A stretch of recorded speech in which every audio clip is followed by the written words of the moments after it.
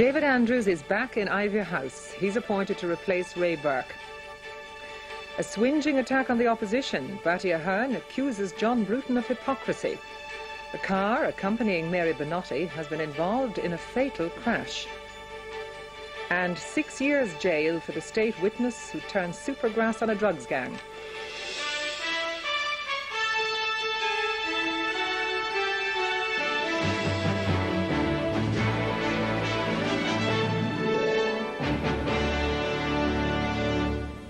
Good evening and welcome. The Dáil has approved the changes in the Cabinet following the resignation of Mr. Ray Burke as Minister for Foreign Affairs. He has been replaced by Mr. David Andrews, a former holder of the office. Promoted to the Cabinet is Junior Minister Michael Smith, who becomes Minister for Defence. East Galway Deputy Noel Tracy is the new Minister of State. Opening the debate on the Cabinet changes, the Taoiseach made a strong attack on the Fine Gael leader, John Bruton, accusing him of ending Ray Burke's political career. Mr. Bruton retorted that Fianna Fáil couldn't accept responsibility for its own actions. In her contribution, the Taoiseach Mary Harney told deputies that the PDs had not sought Ray Burke's resignation. Public confidence was all the rancour and bitterness which had been barely suppressed during the drama of yesterday came to the fore during this debate. Bertie Ahern rounded on his critics, saying he had appointed Ray Burke to Foreign Affairs because he was best qualified for the job. I deeply regret that Deputy Ray Burke has resigned, not only his ministerial office but his Dáil seat. I believe he resigned both as the strongest protest that he could make at the shameful treatment to which he was subjected by certain parties in this House and by certain sections of the media who cynically regard politics simply as a blood sport.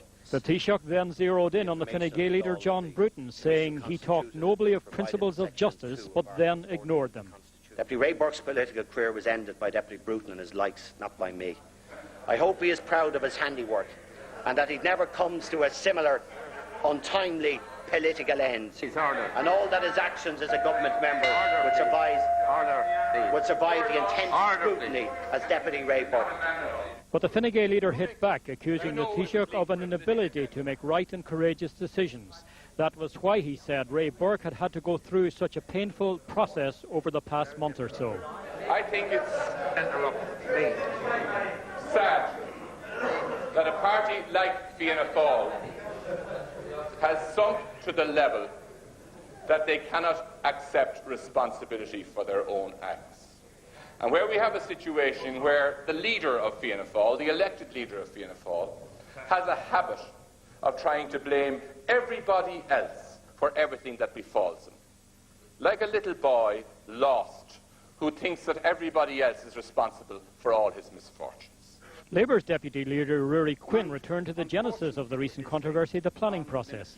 He said the problem was that many in Fine Gael and Fianna Fáil believed rezoning was acceptable and that a gift of £30,000 was inherently not wrong. We fundamentally disagree with that, and the record of Dublin County Council will show that on all the contentious rezoning issues, in the majority, the line-up was Fianna Fáil and Fine Gael on the one hand, and Labour and Democratic Left and Greens on the other. David Andrews, who's 62, served briefly as Minister for Foreign Affairs in Albert Reynolds' first government in 1992. He has been a TD for the Dún Laoghaire constituency for the past 32 years. David Andrews is familiar with the vicissitudes of political life. One of the longest-serving members of Dáil Éireann, his career started well when he was appointed Parliamentary Secretary and Government Chief Whip in 1970. In 1977, he was appointed Minister of State at the Departments of Foreign Affairs and Justice. He had been long identified with the Lynch-Colley wing of Fianna Fáil, and when Charlie Haughey became leader, Andrews was sent to the back benches, where he remained for 13 years. During that time, he developed a strong profile in the human rights area, making visits to South America and the Middle East. Closer to home, he took an active part in the campaigns for the release of the Birmingham 6 and Guildford 4. Then in 1992, when Albert Reynolds became Taoiseach, he plucked Mr. Andrews from political obscurity and gave him the plum job in Foreign Affairs. 11 months later, when Fianna Fáil went into government with Labour, Mr. Andrews had to move out of Iveagh House to make way for the Labour leader Dick Spring. He was appointed Minister for Defence and the Marine, or Fish and Ships, as he put it himself.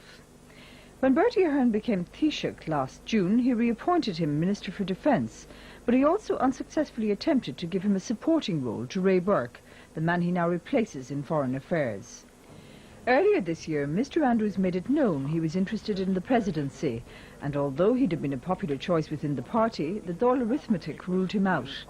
His return to Iveagh House this evening must make up for the disappointment of not getting the chance to run for the park. Most of my time will be in the north until such a time as the peace process has finalised itself, and it's in my intention to put all my energy into those talks and, as I say, to commit myself publicly to the work done by my predecessor in office, who is an immense amount of credit due to him in that regard. Yesterday, the Taoiseach said Ray Burke had been hounded out of politics. This evening, our political correspondent, Una Claffey, asked Mr Ahern who he believed had hounded the minister out of office. He was hounded out by people for a sustained period of several months, kept on writing, helping to spread innuendo and allegation against him. Over the weekend it became increasingly clear that it was irrelevant, really, about the issues. They had no intention of giving Ray Burke the due process to put his case, and that was the agenda, and they won.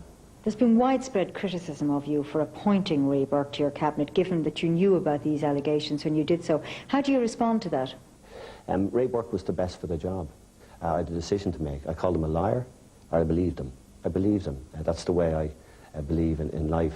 I said to him that if he was ever found guilty subsequently not to ring me, that he'd be gone, and he knew that. Are you satisfied that last weekend the Progressive Democrats gave the kind of support to your beleaguered minister and indeed to you? They certainly gave me all the support. And I'd have to say the famous meeting that I allegedly had, which I did have, but was alleged to have been a crisis meeting on Monday, I knew Ray Burke's decision at that stage. You've talked about the fact that elements in the media and the opposition, in your view, were determined to get Ray Burke. There are suggestions that you, of course, had the real target, not Ray Burke. Do you believe that? Oh, I think destabilising the minority government is part of the agenda. The extent of that I don't know, or why I don't know. If Ray Burke is exonerated by the Planning Tribunal, what impact do you think this whole affair will have had on Irish politics? Well, I think the whole affair is very bad. I've been around here 20 years. Yesterday was almost a dangerous day to be around here. I don't know how it was seen outside, but I'd just like to assure people outside, all we're trying to do is to clean up the past, make the system, like other things in life now, transparent, try to act in a fair way for public service. And where there is wrongdoing, people are found guilty, and they take the same penalties as others do. That's all I'm trying to do. It clearly upsets people that that's what we're trying to do, and I know people want to say that I don't mean anything, that I don't want to move forward, that I'm really part of the people who I was here with 20 years ago. I'm not. And, I think ultimately the public have to judge these things, not a handful of people in back rooms. The Taoiseach and the Taoiseach have indicated in the Dáil that the Passports for Investment scheme is likely to be scrapped. A cabinet decision on the future of the scheme is to be taken when a Department of Justice investigation into it is completed within the next few weeks. Since the scheme began in December 1988, 143 passports have been issued in return for the investment of £90 million. Even before Ray Burke's resignation, the Passports for Investment scheme was under threat. The Cabinet decided early last month to review the scheme, and a Department of Justice report on its operation should be completed within weeks. Since the scheme began in December 1988, 143 people have been given passports. 93 of these were investors, while the other 50 were their spouses or children. The minimum investment was £500,000, with a total of £90 million raised. While the previous government had considered putting the scheme on a statutory basis, today the Taoiseach indicated his doubts.